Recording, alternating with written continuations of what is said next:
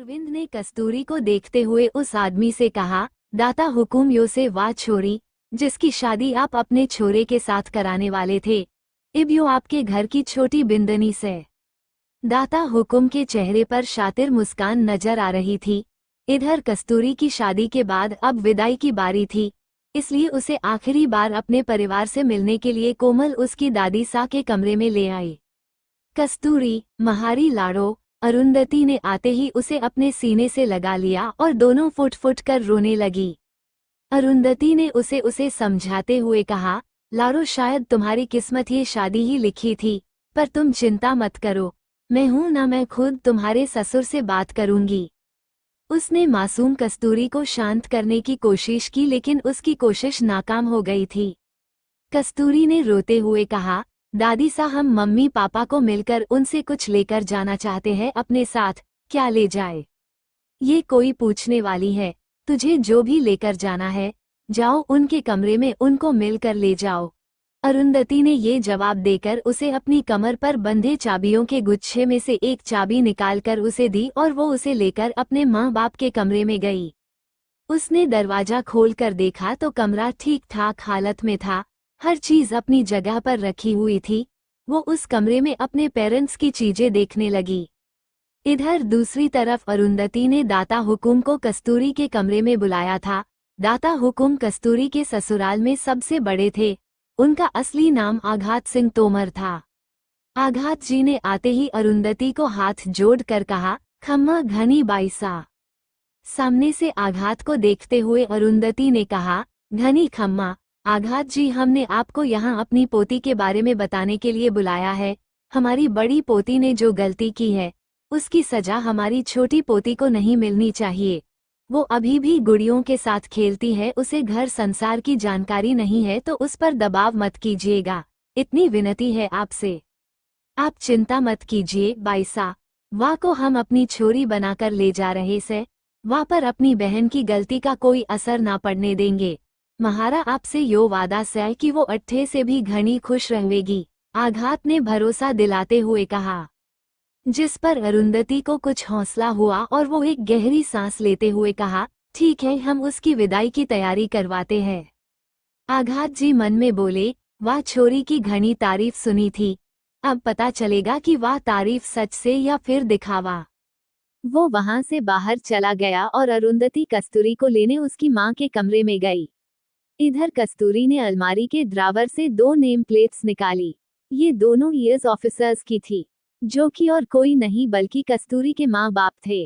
उसने रोते हुए उन दोनों को अपने एक हैंडबैग में डाला। कस्तूरी डालो, विदाई का समय हो गया से। अरुंधति ने उसे पुकारा तो कस्तूरी ने रोते हुए अपनी दादी की तरफ देखा।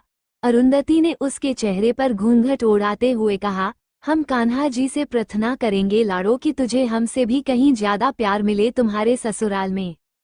इतना बोलकर वो उसे संभालते हुए कमरे से बाहर लाई। इतना भारी लहंगा और वो 5 फुट से छोटी लड़की के लिए संभालना हद से भी मुश्किल हो रहा था, लेकिन फिर भी वो उसे संभालते हुए घर के आंगन में आई। उसका बाकी परिवार बेमन से उसे मिला, लेकिन साहिल उसको बहुत ही प्यार से मिला और रोने लगा। अंशी और उसकी बाकी सहेलियां भी उसके गले मिली, सबकी आंखें नम थी। दोनों दादी पोती एक बार फिर से गले लगकर रोने लगी। किशोर ने उन दोनों को देखते हुए कहा, माँ सा देर हो रही है, बारात को लौटना है। उसका परिवार कस्तूरी को बाहर लेकर आया। वो घूंघट के अंदर सुबक सुबक कर रो रही थी। पूरी बारात गाड़ियों के पास खड़ी हुई थी, उनको बस दुल्हन के आने का इंतजार था। कस्तूरी के गाड़ी के पास पहुंचते ही वला ने उसके लिए गाड़ी का दरवाजा खोला। अरुंधति ने उसे संभालते हुए उसे गाड़ी में बैठाया। कस्तूरी ने उसका हाथ पकड़े हुए थी। श्रेष्ठ दूसरी तरफ से गाड़ी में आकर बैठ गया। अब गाड़ी स्टार्ट हुई और कस्तूरी की सारी हिम्मत जवाब दे गई। वो अपनी दादी का हाथ पकड़े रोने लगी। अब धीरे धीरे सब बाराती गाड़ियों में बैठ गए थे और गाड़ी चलना शुरू हो गई, जिसे देख किशोर ने अपनी मां का हाथ पीछे कर लिया। कस्तूरी और उसकी दादी का हाथ छूटकर अलग हो गया। दादा दादी सा, कस्तूरी रोते हुए गाड़ी से पीछे मुड़कर बाहर झांक रही थी। श्रेष्ठ को उसके रोने धोने से कोई फर्क नहीं पड़ रहा था, वो तो अपने फोन में स्क्रॉल कर रहा था। जैसे ही बारात कुछ दूर पहुंची अचानक से गाड़ी रुकी, लेकिन कस्तूरी बिल्कुल भी नहीं हिली। श्रेष्ठ गाड़ी से उतरा और आघात की गाड़ी में जाकर उसके साथ बैक सीट पर बैठ गया। यो कई कर रहा है छोरा, तू अपनी लुगाई को छोड़कर अठे क्यों आया है? आघात ने सवाल किया। श्रेष्ठ ने जवाब देते हुए कहा, वह सिर्फ एक छोरी से महारे लिए मने वा की जरूरत कोनी से। उससे शादी करने का एक मकसद से वा पूरा होते ही मैं वा को छोड़ने वाला सू। इस वास्ते वा को पहले से ही जे लिए वॉर्न कर रहा सू। महारे सीने में दिल कोनी से जो कि छोरियों के लिए धड़के।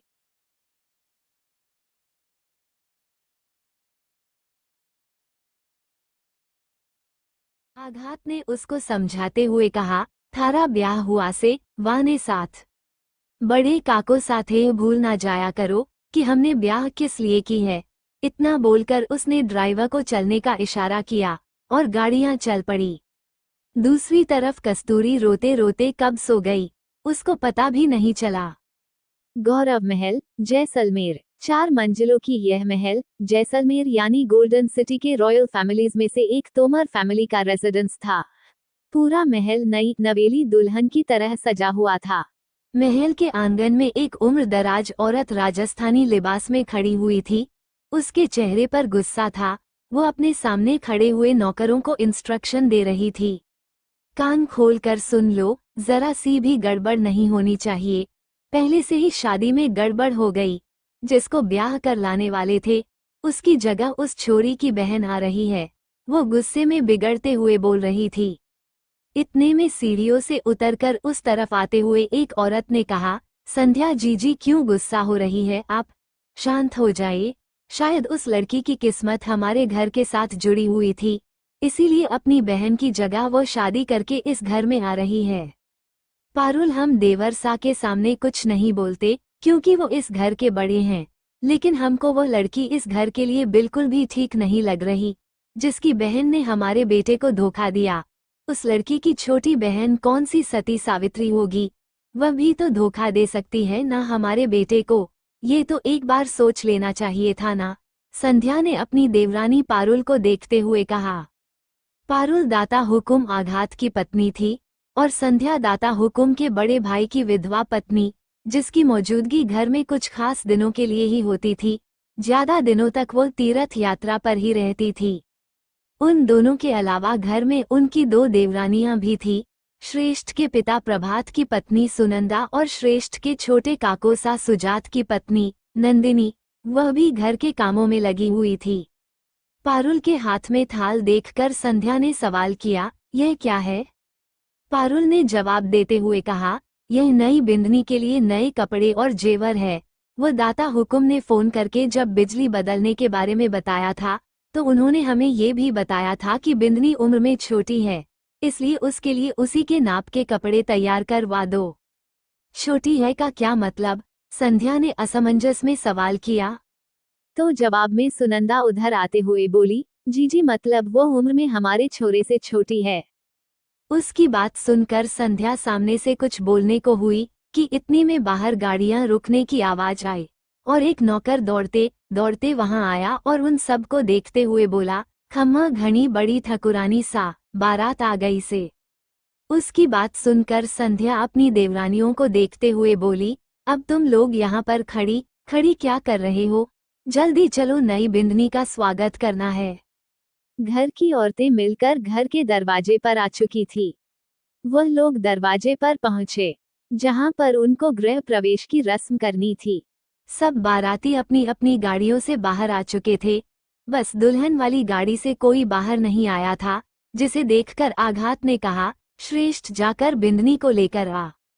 श्रेष्ठ अपना गुस्सा पीकर कस्तूरी की गाड़ी के पास आया और गाड़ी का दरवाजा खोलते हुए बिना देखे ही बोला, बाहर निकल छोरी। पर सामने से कोई हरकत नहीं हुई, जिसको देखकर उसने गाड़ी के अंदर झांक कर देखा तो कस्तूरी सो रही थी। उसको ऐसे सोते हुए देखकर श्रेष्ठ गुस्से में बोला, बावली पुंछ, गाड़ी में बिस्तर लगाकर सो रही से। उसने कस्तूरी को हिलाना चाहा कि इतने में आघात वहां पर आ गया। उसने श्रेष्ठ और कस्तूरी को देखकर उसे रोकते हुए कहा, छोरा लगता है बिंदनी थक गई से, तो मत जगा, इसे उठाकर दरवाजे पर चल, गृह प्रवेश की रस्म पूरी करनी से। उसकी बात सुनकर श्रेष्ठ गुस्से में बोला, ये आप काय बोल रहे हो? मैं जे छोरी को उठाकर ले जाऊं, वो भी गृह प्रवेश के लिए? तो और कौन लेकर जाएगा? थारी लुगाई से ब्याह हुआ से थारा जे के साथ। आघात सामने से मुंह बनाते हुए बोला, जिस पर गुस्से में तमतमाया आया हुआ श्रेष्ठ उस मासूम सी लड़की को देखकर गुस्से में बोला, बिना किसी बात के आपने महारे गले यो मुसीबत बांध दी से। यो से मने जितना जल्दी हो सके से छुटकारा पाना से।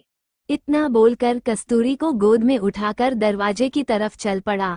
उसकी इस हरकत पर भी कस्तूरी ने कोई रिस्पांस नहीं दिया। वो बस आराम से सो रही थी। उसके चेहरे पर घूंघट था। दरवाजे पर आते ही उन दोनों को देखकर सभी हैरान हो गए। पारुल थोड़ी चिंता करते हुए बोली, ये बिंदनी को कुछ हुआ है? संध्या थोड़ा गुस्से में बोली, तू इसे गोद में क्यों उठाकर लाया है? श्रेष्ठ ने सामने से मुहम बनाते हुए जवाब दिया, बावली पूछ बिस्तर लगाकर गाड़ी में ही सो गई थी, और बड़े अंकल बोल की यो को उठाना कोनी से, तो ऐसे ही लेकर आना पड़ा। अब जल्दी रस्म खत्म कीजिए, गृह प्रवेश की। संध्या गुस्से में बोली, यो काय बात हुई? उतार जे को नीचे।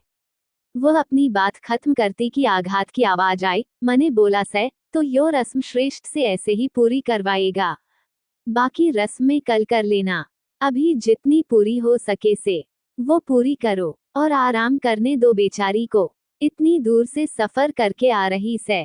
आघात के सामने घर के किसी भी सदस्य की नहीं चलती थी, इसलिए सब लोग चुप हो गए और श्रेष्ठ ने खुद से कस्तूरी के पैर से चावलों का लोटा अंदर गिराया और आलते की थाल में उसके दोनों पर डालकर गृह प्रवेश की रस्म पूरी करवाई।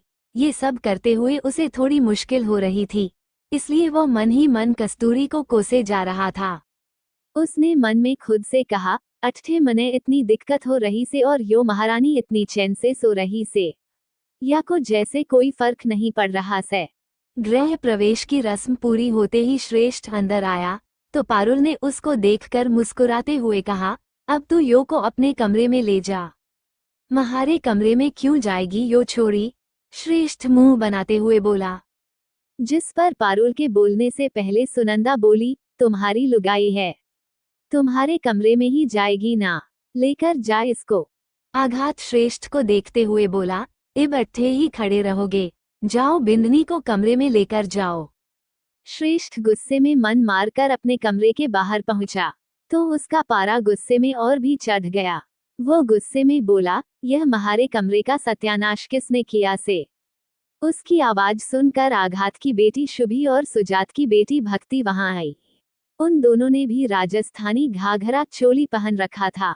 आते ही वह दोनों श्रेष्ठ को गुस्से में देखकर डर गई। श्रेष्ठ उनको देखते हुए गुस्से में बोला, यो सब तुम दोनों ने किया से? भक्ति जो सुबह से थोड़ी बड़ी थी, इसलिए उसने डरते हुए जवाब दिया, वह भाई सा आपकी सुहागरात है, इसलिए हमको ये सजावट करने के लिए कहा गया था, तो हम लोगों ने कर दी। सुहागरात मनाएगी महारी जूती, वो भी यो छोरी के साथ, कदी कोनी। श्रेष्ठ ने सामने से गुस्से में जवाब दिया और कमरे के अंदर चला गया। उसको जाते हुए देखकर शुभी ने भक्ति को देखते हुए कहा, जीजी आपने देखा भाई सा भाभी सा को गोद में उठा कर लेकर आए? भक्ति ने जवाब दिया, हमने देखा, और तुम्हें नहीं लगता कि वो उम्र में छोटी है? मतलब हमसे भी छोटी? लगता तो हमें भी है, शुभी ने सामने से जवाब दिया, और इधर श्रेष्ठ में आते ही कस्तूरी को बेड पर पटक दिया। उसकी इस हरकत से कस्तूरी की आंख खुल गई और वो हड़बड़ाकर बोली, ये हम कहाँ है? ये हम कहाँ हैं? नर्क में, और थारे को जे नर्क की आदत डालनी होगी। श्रेष्ठ उसको वार्निंग देते हुए बोला।